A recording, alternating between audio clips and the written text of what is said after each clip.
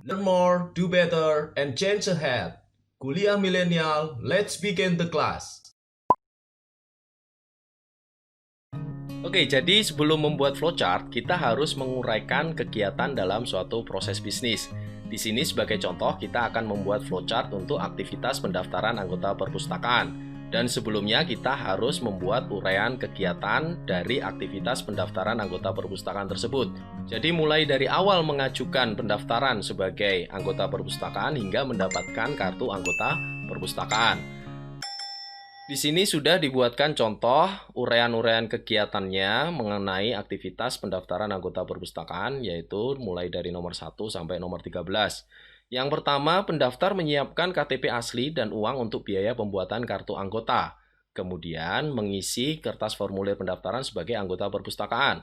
Setelah itu, yang nomor 2, kertas formulir pendaftaran dan KTP asli diserahkan kepada petugas perpustakaan. Kemudian, petugas perpustakaan memeriksa kelengkapan syarat dan isian formulir pendaftaran. Nah, nomor 3, jika belum lengkap, maka pendaftar harus melengkapinya terlebih dahulu. Dan jika sudah lengkap, maka petugas perpustakaan memasukkan data pendaftar ke dalam pusat data anggota perpustakaan dan menyimpannya ke dalam pusat data tersebut, serta membuat formulir persetujuan kepala perpustakaan. Kemudian, kegiatan berikutnya yaitu nomor 4, petugas perpustakaan mencetak formulir persetujuan kepala perpustakaan dan menggandakan KTP asli pendaftar. Jadi untuk bisa menjadi anggota perpustakaan itu harus mendapatkan persetujuan dari kepala perpustakaan. Kemudian yang kelima, kegiatannya adalah fotokopi KTP dan formulir pendaftaran pendaftar serta formulir persetujuan kepala perpustakaan diserahkan oleh petugas perpustakaan kepada kepala perpustakaan. Kemudian setelah itu, kepala perpustakaan memeriksa ketepatan isian formulir persetujuan kepala perpustakaan. Jika terdapat kesalahan, maka petugas perpustakaan harus memperbaikinya.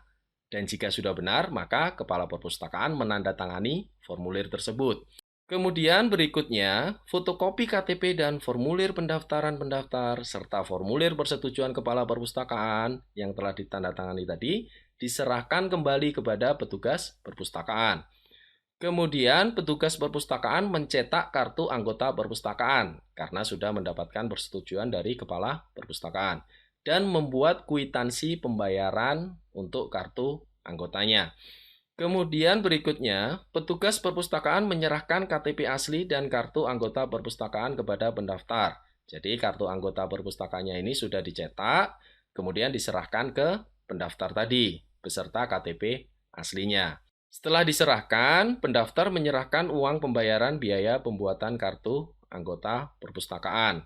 Uang tersebut diterima oleh petugas perpustakaan di nomor 12 dan disimpan ke dalam kas kecil serta mencatat transaksinya pada jurnal transaksi.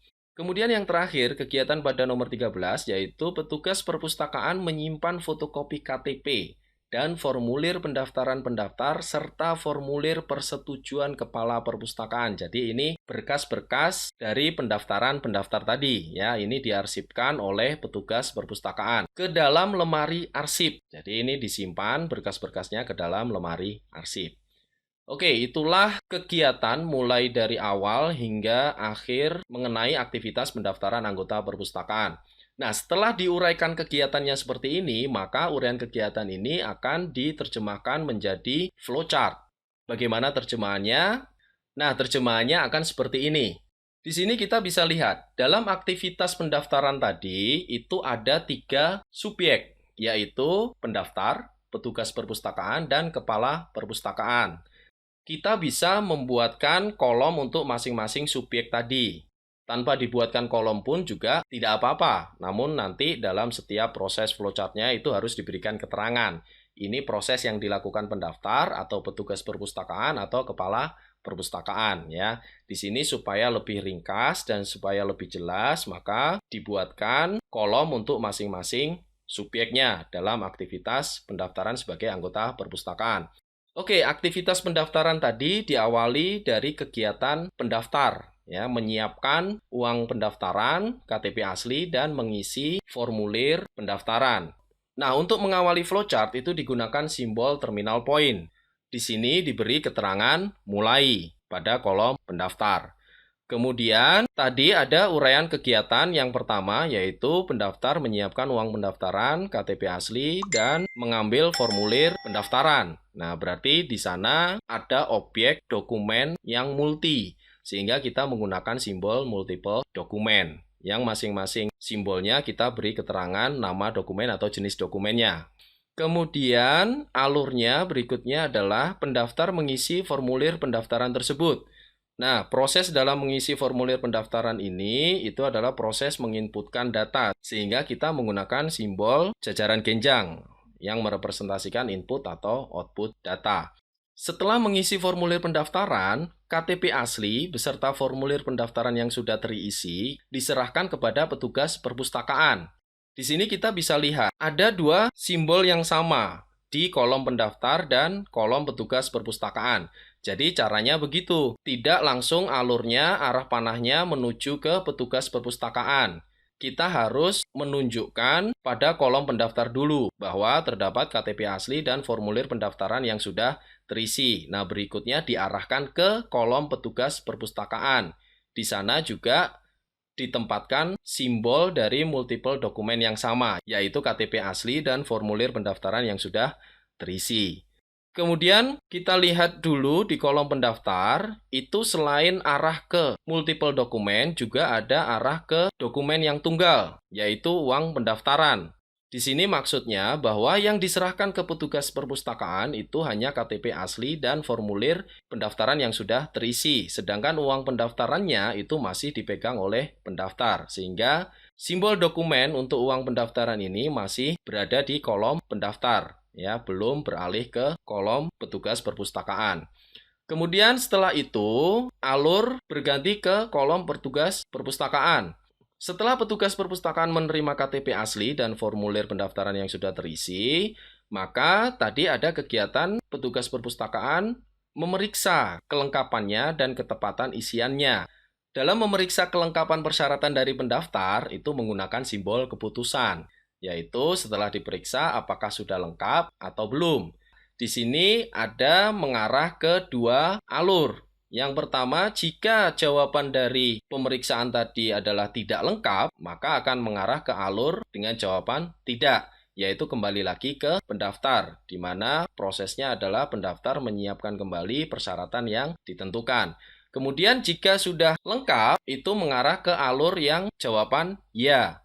Nah, di sini yang mengarah ke jawaban ya itu ada dua alur. Yang satu mengarah ke alur simbol penghubung dengan keterangan angka 2, yang satunya mengarah ke alur berikutnya, yaitu kegiatan memasukkan data pendaftar dan membuat form persetujuan.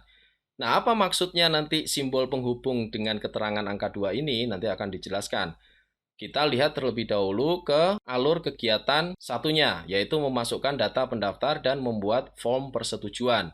Ini dalam memasukkan data pendaftar, itu kan dia memasukkan ke komputer menggunakan keyboard. Begitu pula membuat form persetujuan, maka menggunakan simbol yang seperti ini. Ini adalah simbol yang menggunakan keyboard. Kemudian setelah itu, alur berikutnya ini bercabang dua. Karena setelah tadi memasukkan data pendaftar, itu maka dilakukan proses penyimpanan ke pusat data anggota perpustakaan. Karena pusat datanya itu ada pada server, maka kita menggunakan simbol online storage. Kemudian cabang berikutnya yaitu adalah kegiatan berikutnya, yaitu mencetak form persetujuan kepala perpustakaan dan menggandakan KTP asli pendaftar. Jadi setelah form persetujuan kepala perpustakaan itu dibuat ya dari komputer, kemudian dicetak. Nah, dicetak ini menggunakan printer, maka menggunakan simbol operasi tersebut. Dan menggandakan KTP asli pendaftar ini juga menggunakan alat ya, yaitu mesin fotokopi. Sehingga digunakan simbol persegi atau simbol yang merepresentasikan operasi. Nah, kemudian dari proses ini, yaitu mencetak form persetujuan kepala perpustakaan dan menggandakan KTP asli pendaftar, itu menghasilkan output berupa multiple dokumen, yaitu fotokopi KTP, kemudian form pendaftaran yang sudah diisi oleh pendaftar. Nah, di situ disimbolkan dengan tanda pagar ya. Tanda pagar ini maksudnya adalah bahwa formulir tersebut sudah terisi. Jika tidak ada tanda pagarnya, maka maksudnya adalah formulir tersebut masih kosong, belum terisi. Kemudian dokumen berikutnya adalah form persetujuan kepala perpustakaan. Tadi yang sudah dibuat oleh petugas perpustakaan dan dicetak. Jadi di sini menggunakan simbol multiple document. Kemudian multiple document ini antara lain fotokopi KTP dan form yang sudah terisi serta form persetujuan diserahkan kepada kepala perpustakaan. Kemudian setelah diserahkan, kepala perpustakaan ini memeriksa apakah sudah lengkap dan isiannya sudah tepat. Nah, maka dalam proses tersebut membutuhkan simbol keputusan, di mana di situ ada keterangannya apakah sudah benar ini persyaratannya dan isiannya. Nah, jika tidak, maka alurnya akan kembali ke petugas perpustakaan, yaitu di sana petugas perpustakaan harus membuat kembali form persetujuan kepala perpustakaan. Kemudian, jika sudah benar, maka kepala perpustakaan memberikan tanda tangan pada form persetujuan pendaftaran anggota perpustakaan. Ya, di situ disimbolkan dengan jajaran genjang, yaitu simbol input atau output. Di mana di situ ketika memberikan tanda tangan itu kan memberikan inputan berupa tanda tangan di dalam form persetujuan itu. Kemudian setelah diberikan tanda tangan, maka alurnya muncul kembali multiple document. Yang perbedaannya adalah pada form persetujuan kepala perpustakaan. Di situ diberi keterangan ada tanda pagarnya yang berarti bahwa form persetujuan tersebut sudah ditandatangani oleh kepala perpustakaan. Nah, di sini kita lihat, dokumen-dokumen ini akan diserahkan kembali ke petugas perpustakaan. Tetapi, pada penggambaran flowchart ini, di kolom petugas perpustakaan sudah tidak ada space, sudah tidak ada ruang lagi untuk menggambar simbol flowchart. Maka kita membutuhkan halaman berikutnya, halaman yang lainnya.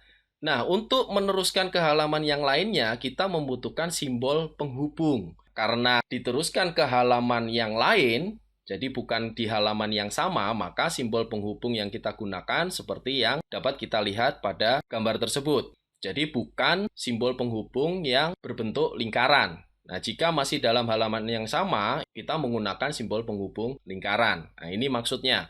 Nah, kenapa diberikan keterangan angka-angka ini, ada 1, 2, dan 3, itu nanti akan menunjukkan bahwa flowchart yang berada di halaman berikutnya itu terusan dari flowchart yang mana. Nah, coba kita lihat pada halaman selanjutnya.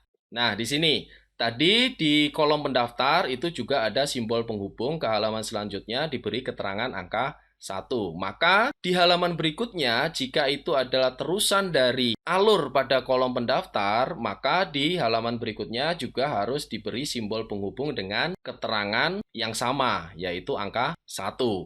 Begitu pula pada alur yang ada di kolom petugas perpustakaan dan kepala perpustakaan harus diberikan keterangan yang sama simbol penghubungnya dengan simbol penghubung pada halaman yang sebelumnya. Nah, tadi dari kepala perpustakaan ya, dokumennya sudah ditandatangani, kemudian diserahkan kembali berkas-berkasnya kepada petugas perpustakaan, yaitu berupa fotokopi KTP, kemudian formulir pendaftaran yang sudah diisi oleh pendaftar, dan juga formulir persetujuan yang sudah ditandatangani oleh kepala perpustakaan. Kemudian tadi di kolom petugas perpustakaan itu ada simbol penghubung dengan keterangan angka 2. Nah, keterangan angka 2 ini yang dimaksud bahwa ketika menyerahkan berkas ke kepala perpustakaan, itu masih ada dokumen yang dipegang oleh petugas perpustakaan, yaitu KTP asli dari pendaftar. Jadi KTP asli ini tidak diikutsertakan pada dokumen yang diserahkan kepada kepala perpustakaan, sehingga masih dipegang oleh petugas perpustakaan. Dan di sini masih berada di kolom petugas perpustakaan. Nah, kemudian setelah petugas perpustakaan ini menerima berkas dari kepala perpustakaan, kegiatan selanjutnya itu adalah yang pertama, mencetak kartu anggota perpustakaan. Kemudian kegiatan lainnya adalah membuat kwitansi ya untuk bukti pembayaran biaya kartu anggota perpustakaan. Kemudian juga ada kegiatan lainnya yaitu menyimpan berkas-berkas dari kegiatan pendaftaran ini ke dalam lemari arsip. Kita coba lihat satu persatu. Yang pertama, tadi mencetak kartu anggota perpustakaan. Nah, dalam mencetak kartu anggota perpustakaan itu akan menghasilkan yang namanya kartu anggota. Kemudian tadi proses percabangan yang berikutnya yaitu membuat kwitansi. Nah, membuat kwitansi ini itu dilakukan secara manual misalkan. Jadi di situ menggunakan simbol operasi manual. Dari sini hasilnya adalah kwitansi pembayaran. Nah, kemudian di situ juga KTP asli akan menuju ke alur tersebut karena dokumen-dokumen ini akan diserahkan kepada pendaftar. Jika sudah siap semua, kartu anggota sudah tercetak, kemudian kwitansi pembayaran sudah siap, dan berikutnya diserahkan kepada pendaftar berikut KTP aslinya. Kemudian, pendaftar itu akan membayarkan sejumlah uang untuk biaya pembuatan kartu anggota. Maka di situ ada diteruskan tadi uang pendaftarannya masih dipegang oleh pendaftar dan disimbolkan dengan simbol penghubung ke halaman selanjutnya dengan keterangan angka 1. Kemudian uang pendaftaran tersebut diserahkan kepada petugas perpustakaan. Nah, di situ kita bisa lihat ada simbol dokumen tunggal yang dengan keterangan uang pendaftaran berada di kolom petugas perpustakaan. Kemudian kita kembali lagi agak ke atas yang setelah membuat kwitansi, di mana petugas perpustakaan kemudian menyimpan berkas-berkas dari kegiatan pendaftaran tersebut, yaitu yang berupa fotokopi KTP dari pendaftar, formulir isian pendaftaran dari pendaftar, kemudian formulir persetujuan yang sudah ditandatangani oleh kepala perpustakaan. Ini disimpan ke dalam lemari arsip, ya berarti kita menggunakan simbol offline storage. Nah, di mana ketika menyimpannya, ini digolongkan atau dikategorikan atau diurutkan berdasarkan alfabet. Ya, misalkan diurutkan berdasarkan nama. Sehingga di sini, di simbol offline storage, pada segitiga kecil di dalamnya, itu diberikan keterangan A, yang berarti alfabet.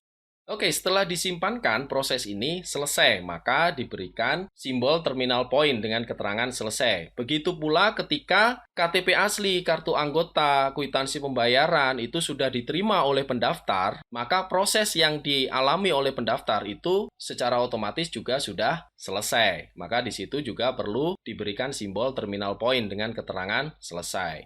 Kemudian masih ada beberapa kegiatan lagi di kolom petugas perpustakaan. Dan di situ halamannya sudah tidak cukup, maka perlu dilanjutkan ke halaman berikutnya menggunakan simbol penghubung dengan keterangan ke halaman selanjutnya. Nah, coba kita lihat di kolom perpustakaan pada alur berikutnya. Setelah petugas perpustakaan tadi itu menerima uang pembayaran dari pendaftar, maka uang tersebut itu disimpan ke dalam kas kecil. Ya, kas kecil ini misalkan bentuknya adalah sebuah kotak atau mungkin brankas gitu ya. Berarti itu adalah offline storage. Maka di sini kita menggunakan simbol offline storage. Nah, karena dalam menyimpannya itu tidak berdasarkan golongan apa-apa, alfabet, numerik, ataupun kronologi, ya, hanya sebuah kotak gitu ya, dimasukkan uangnya, maka kita tidak perlu memberikan keterangan bahwa yang disimpan di dalam kas kecil tersebut itu digolongkan berdasarkan apa, gitu ya, kita kosongi saja. Kemudian yang berikutnya, setelah menyimpan ke dalam kas kecil, petugas perpustakaan ini mencatat transaksinya, yaitu dengan memasukkan data transaksi ke dalam jurnal transaksi. Nah, proses memasukkan data transaksi ini disimbolkan dengan simbol operasi menggunakan keyboard, ya, karena dimasukkan ke dalam komputer. Dan kemudian di sini dimisalkan jurnal transaksinya adalah di komputer tersebut. Jadi tidak seperti pusat data tadi, sehingga di sini kita menggunakan simbol magnetic drum, yaitu tersimpan di dalam hard disk. Nah, setelah itu kegiatan-kegiatan ini di kolom petugas perpustakaan itu selesai, maka diberikan simbol terminal point dengan keterangan selesai. Oke, itulah tadi bagaimana cara membuat flowchart dengan contoh salah satu aktivitas dalam proses bisnis di perpustakaan. Jika perusahaan atau instansi tempat kalian bekerja membutuhkan bantuan tenaga ahli untuk membuatkan proses bisnis, silahkan kalian bisa mengirimkan email ke kuliahmilenialid@gmail.com. Kalian juga bisa bergabung dengan grup Telegram Kuliah Milenial jika ada hal-hal yang perlu didiskusikan lebih lanjut dan lebih dalam. Silahkan klik saja link yang ada di deskripsi video ini. Dan juga jika ada request materi-materi yang perlu dibahas di channel ini, silahkan tinggalkan saja di kolom komentar. Dan tentu saja jangan lupa klik like dan subscribe agar channel ini dapat terus berkembang untuk memberikan konten-konten yang bermanfaat. Ingat, always learn more, do better, and change ahead. Salam kompeten.